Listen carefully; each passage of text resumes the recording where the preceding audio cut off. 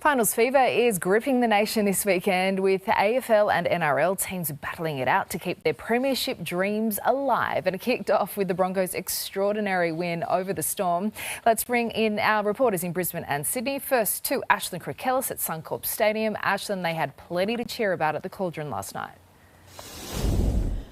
The atmosphere was just amazing, Soph, and for Brisbane fans, after a lean couple of years, they are loving seeing the Broncos once again strong in September. Last night, they were simply awesome, smashing the Storm 26-0, their first win over Melbourne since 2009 here at Suncorp Stadium, smashing that 14-game losing streak they had against them. Of course, celebrations went long and hard into the night. Take a look.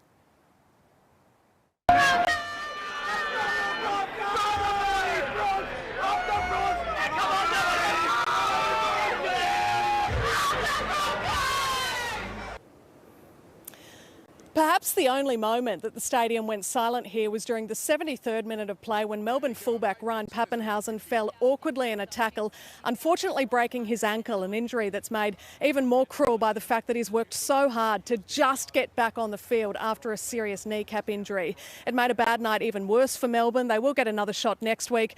Brisbane, meanwhile, are just one win away from making the NRL Grand Final. We haven't won a premiership in 17 years, Soph, and of course we are daring to dream this morning. Yep, they are the ones to beat. Ashlyn, thank you. Let's go to Bianca Balza at Bluebet Stadium in Penrith now. Bianca, we are still hours away from kickoff, but the fan base is already building there. Oh, yes, Sophie, it's grown tenfold since I last saw you. And come 4:05 this afternoon, we will see Bluebet Stadium here in Penrith packed out. It is going to be a massive game, the qualifying finals between the Penrith Panthers and the New Zealand Warriors. Now, I tried to find fans from both sides of the fence today, but if you want to live in Penrith, you pretty much have to support the Panthers. Isn't that right, guys? Who's going to win tonight? Now, Kylie's already got her minor Premier's shirt. They only got that the other day. They made the merch pretty quick. Yep, they sure do. Who do you think's going to win? Panthers, of course. Very good answer. And are you going to be here tonight, actually? Sure am. Yeah. Good. All right, what about you, Zach? Are you going to be here? No, but I can watch it on 9 live and free on 9 and 9 now. Oh, that's a very good plug there, sir. Thank you very much for that. Also, 7:50, we've got the Sharks versus the Roosters. Now, that's going to be a big one. Whoever loses that will be kicked out. Let's just hope that the Sharks win for Jane's sake and really for everybody else's. Up, Cronulla. Good on you, BB. Thank you. And Clint has the rest of the day's sports news. Thank you so much. So, in the Broncos, they're into the grand final qualifier for the first time in 6 years, smashing the Storm in a sellout at Suncorp. While for Blues fans in the AFL, they're daring to dream. For the latest footy finals news, Broncos legend Sam Thaiday and senior reporter at afl.com.au, Cal Toomey. Gents, good morning. Sam, you look pretty happy. Smile on the dial. They had a plan. It worked. They broke a hoodoo. They could go all the way this year. Well, you're lucky you have me on this morning. Yeah. I was feeling a bit hoarse this morning, in all honesty. Yes. Had to weather a storm last night. I know Father's Day was a couple of weeks ago, but I've got all my best dad jokes this morning. But it was absolutely fantastic to watch the Broncos break that hoodoo against the Melbourne Storm. Such a long running, win streak by the Melbourne Storm. I think Christian Welch, that's the first time in his career that he has lost to the Brisbane Broncos. So they came out there with a game plan and really threw the Melbourne Storm off their game. What then of the Storm? Because it was a very unlike Storm performance, unlike Craig Bellamy performance. Also Ryan Papenhuyzen, we have to mention him this morning and we give him a shout out. We won't be showing the incident, but you can see this Instagram post with the caption, "Here we go again." This is just terrible considering what he's gone through, Sam. Yeah, very much so.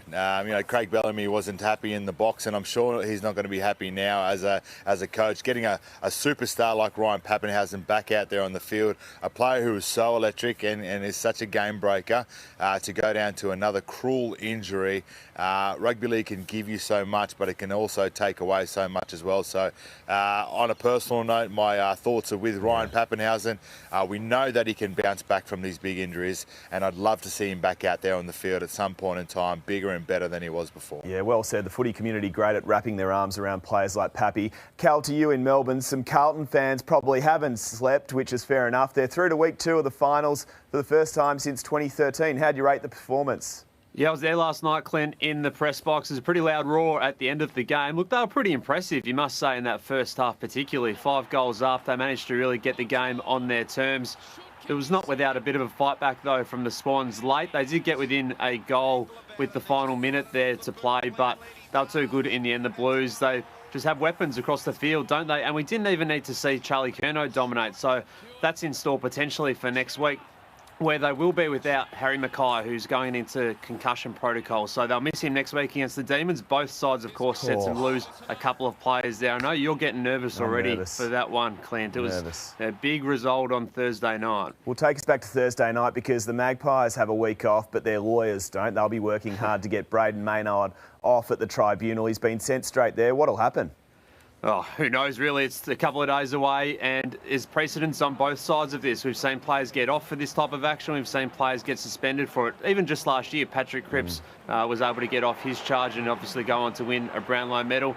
I think it's going to be coming down to whether he could have braced differently. Obviously, he made connection with him through his shoulder, whether he could have done that with his arms or hands. Look, it's so split second, isn't it? But no doubt it's going to be one of the biggest tribunal cases in recent years because there's a berth in the preliminary final and potentially the grand final up for stakes here. Yeah, Cal Toomey, Sam Thaiday, thanks so much, gents.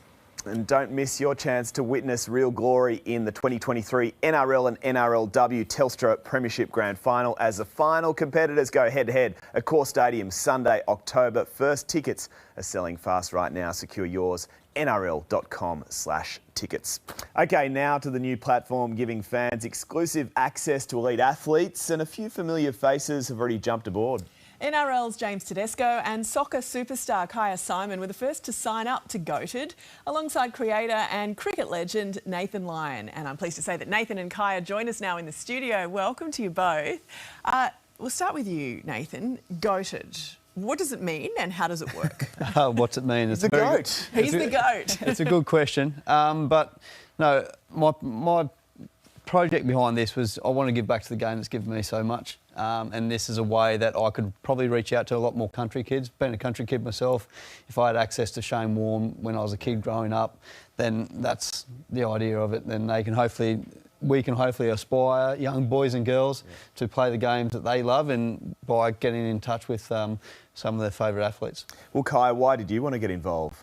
Yeah, I think when the opportunity kind of came across to me, like Nathan, similar passion in terms of inspiring the next generation, giving them, I guess, that exclusive access to the life behind an athlete who they see on TV, playing on the football pitch or the cricket pitch. And for me, it just seemed like it was the right fit. And if I was growing up, a young kid growing up these days, I would love to have access to a platform like this where I can see my favourite athletes, what they do in the gym, on the pitch, what they eat, all the small details I think that makes a holistic athlete.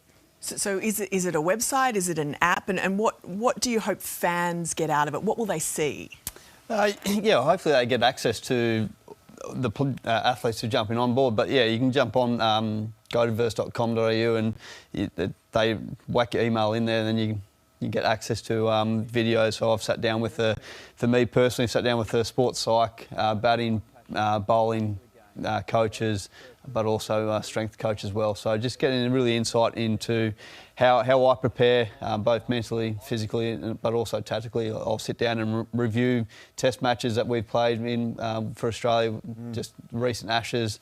But yeah, it's just an insight and way that I feel that we can give back as role models to so many different kids around the world. And Kaya, in terms of the Matildas and what they did recently, it's been an extraordinary few months. Can an app like this help sort of induce even more fans, draw more fans into the sport, do you think? Yeah, definitely. I mean, we had an incredible few months with the Matildas here on home soil, which was amazing. But I think if there's a time now where young athletes can really, I guess, nurture that passion that they have from seeing us play on the world stage just recently, then what better platform than having GOATed and access to the athletes that you look up to and that are role models, and hopefully... Have you been on the phone to Sam?